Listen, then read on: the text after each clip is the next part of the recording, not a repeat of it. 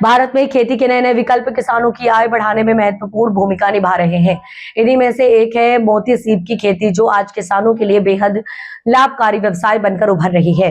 ये पारंपरिक खेती नहीं बल्कि एक वैज्ञानिक और व्यावसायिक मॉडल है, जिसे अपनाकर किसान अपनी आय को कई गुना बढ़ा सकते हैं। दरअसल कैसी होती है मोती की खेती? मोती की खेती में सीप ऑयस्टर के अंदर सर्जरी के माध्यम से न्यूक्लियस नाभिक डाले जाते हैं। एक सीप में 2 न्यूक्लियस डाले जाते हैं और इसमें 2 मोती तैयार होते हैं। ये पूरी प्रक्रिया प्रशिक्षित विशेषज्ञों द्वारा की जाती है। मोती तैयार होने में लगभग 18 महीने का समय लगता है। इसमें 2 प्रकार के मोती बनाए जाते हैं, हाफ राउंड मोती, डिजाइनर मोती। लागत और सब्सिडी 10,000 सेब की कुल लागत लगभग 6,20,000, सरकारी सब्सिडी 60%, किसान की लागत 40%। यदि किसान के पास निवेश की कमी हो तो सरकारी बैंक से लोन की सुविधा उपलब्ध है। छोटे स्तर पर 5,000 या 10,000 सीप से शुरुआत की जा सकती है। कमाई कितनी होती? एक सीप से 2 मोती निकलते हैं। सरकार द्वारा एक मोती 100 रुपये में खरीदा जाता है, यानी एक सीप से 200 की आय। इस हिसाब से किसान को 3 गुने से अधिक लाभ मिल सकता है। तालाब और सरकारी योजना। मोती पालन के लिए तालाब आवश्यक होता है। इसके लिए उत्तर प्रदेश सरकार की खेत तालाब योजना लागू है। इसके अलावा मत्स्य विभाग की योजना के तहत भी सब्सिडी सीधे किसान के खाते में आती है। मोती की खेती केवल खेती नहीं बल्कि एक स्मार्ट बिजनेस मॉडल है। सही मार्गदर्शन, सरकारी सहायता और वैज्ञानिक तकनीक के साथ किसान 3 से 4 गुना तक आय बढ़ा सकते हैं। भ्रांति ये थी कि मोती जो पैदा है ये सीप है जो समुद्र के अंदर रहती है। देखिए, सीप की जो प्रजातियां होती हैं वो 50 प्रजातियां होती हैं। उसमें मात्र 3 प्रजातियां ऐसी हैं जो मीठे पानी के अंदर इसकी खेती होती है। आमतौर पर जैसे हम खेती कराते हैं मीठे पानी के अंदर कराते हैं, तो इसमें 3 प्रजातियां हैं जो इसके अंदर मोती पैदा होते हैं मीठे पानी के अंदर।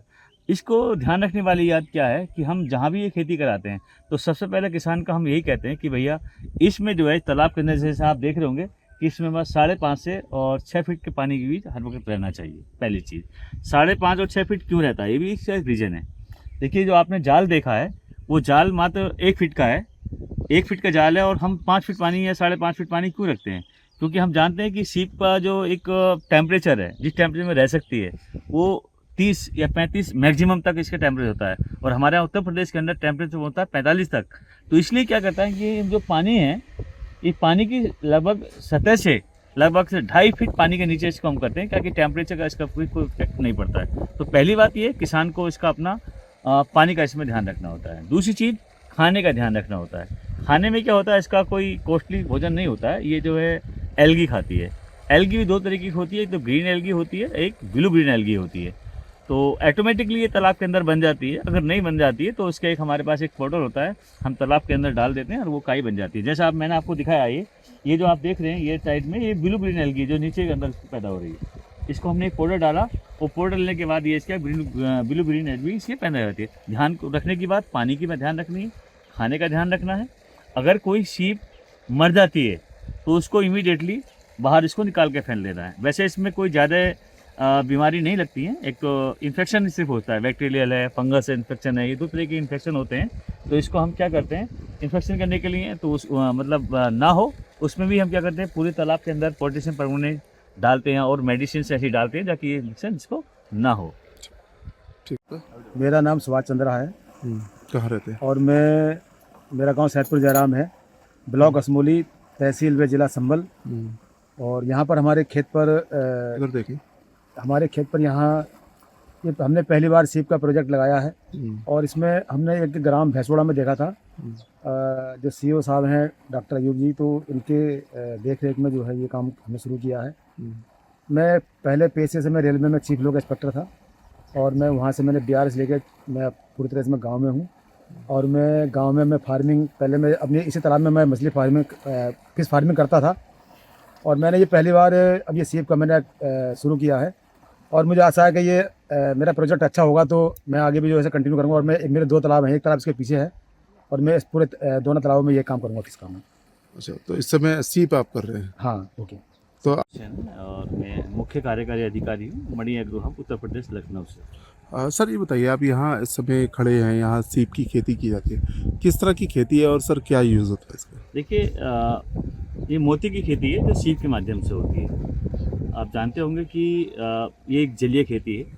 उसी प्रकार से क्या है कि किसान को इस खेती करने के लिए 2-3 चीज़ों की जरूरत पड़ती है। सबसे पहले अगर ये खेती करनी है तो उत्तर प्रदेश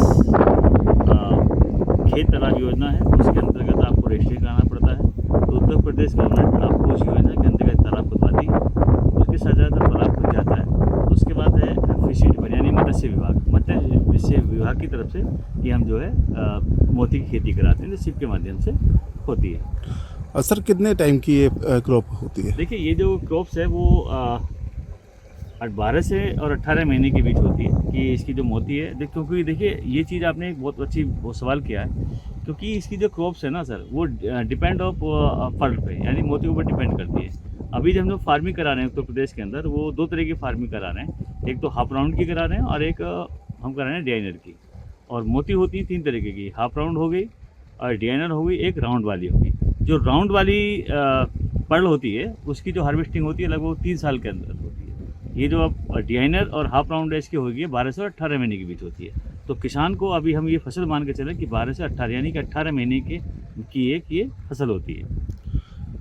सर किस तरह से फार्मर्स की देखा जाए तो आय को दोगुनी किया जाता है सीप की खेती से? देखिए हम सब जानते हैं कि चाहे तो राज्य सरकार हो, केंद्र सरकार हो, शासन हो, प्रशासन हो या जितने भी किसान के जितने भी संगठन हैं, वो लोग क्या है सभी की एक मिशन और विजन है कि किसान की आय को दुगना लेना चाहिए। लेकिन हम देख ये रहे हैं कि सारी मेहनत करने के बाद भी किसान उस लेवल तक नहीं पहुंच पा रहा है जो उसकी आय दुगनी होती है।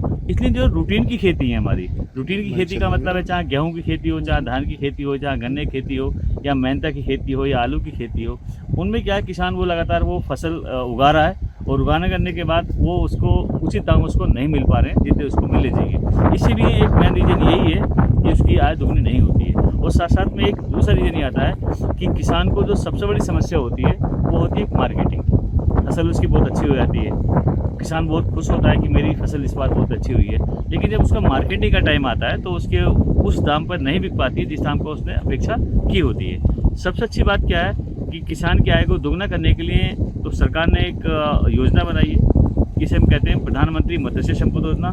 और इस साल उत्तर प्रदेश गवर्नमेंट ने भी मोती संपदा योजना लॉन्च की है, जिसमें किसान मात्र एक फसल के अंदर अपनी आय को 3 से 4 गुना आराम से कर सकता है।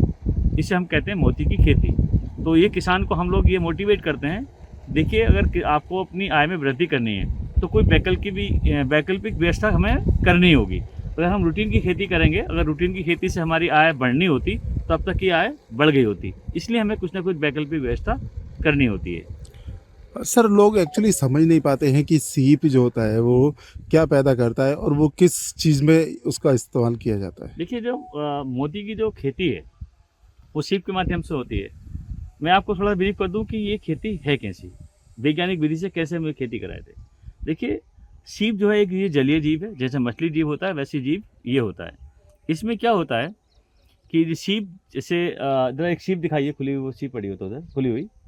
जो सीप जो है वो कुछ खाने के लिए जब मुंह खोलती है अपना तो उसमें बाह्य पार्टिकल्स जैसे मान के चलें कि पानी के साथ साथ बालू का कण उस बॉडी के अंदर चला जाता है, और बालू का कण जब बॉडी के अंदर जाता है तो वो उसको सहन नहीं कर पाती है, उसको पेन शुरू हो जाता है। तो प्रकृति ने क्या किया कि देखिए वो सीप के लिए तो कोई डॉक्टर नहीं बनाया ना उसके अंदर।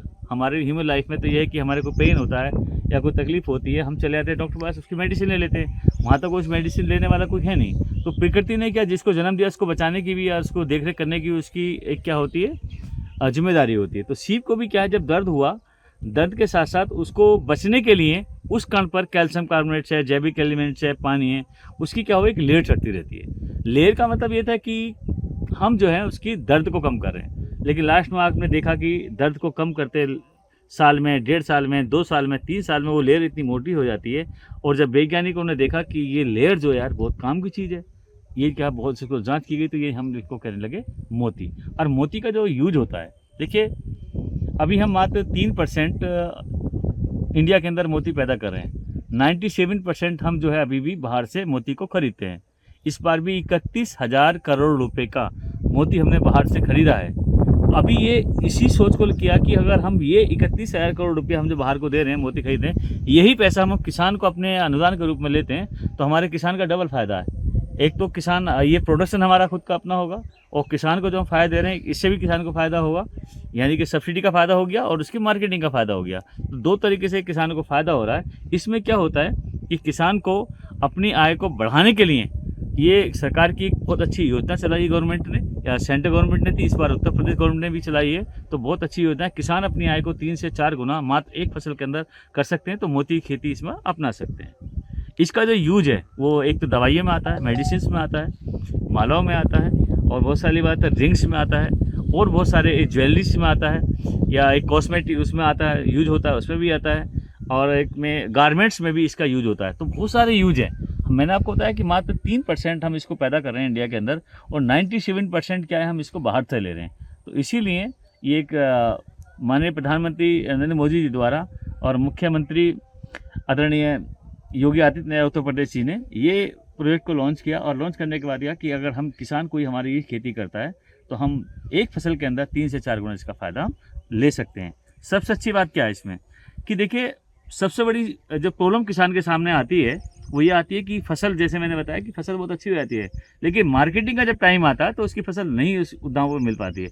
सबसे अच्छी बात क्या है, हम जो जिस किसान का प्रोजेक्ट लगा रहे हैं उसके साथ ये अनुबंध कर रहे हैं कि आपकी जो सीप आज लगा रहे हैं, जब आपकी फसल तैयार होगी 100% हम MSP पे, यानी कि जो रेट आज तय कर रहे हैं उसी रेट पे हम आपकी फसल तैयार होगी तो इस चीज़ को हम लेंगे। तो सबसे बड़ी क्या है, इंश्योरेंस क्या है हमारा किसान के साथ कि हम इसको 100% मार्केटिंग हम कर रहे हैं, यानी बाईबैक ले रहे हैं। यानी कि मात्र एक सीप की जो इसकी कीमत आंकी गई है वो 62 रुपये आंकी गई है।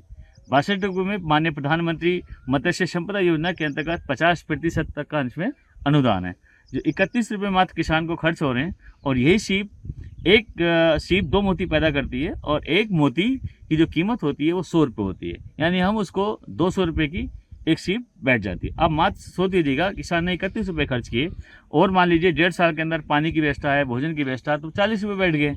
और 40 रुपये बैठने के बाद हम देखते हैं क्या है कि यही हम 200 रुपये की उसकी सेल होती है। तो जहाँ 40 रुपये खर्च हुए और 200 रुपये की सेल हो रही है, तो आप खुद समझ सकते हैं किसान को कितना बड़ा फ़ायदा इसके अंदर हो रहा है।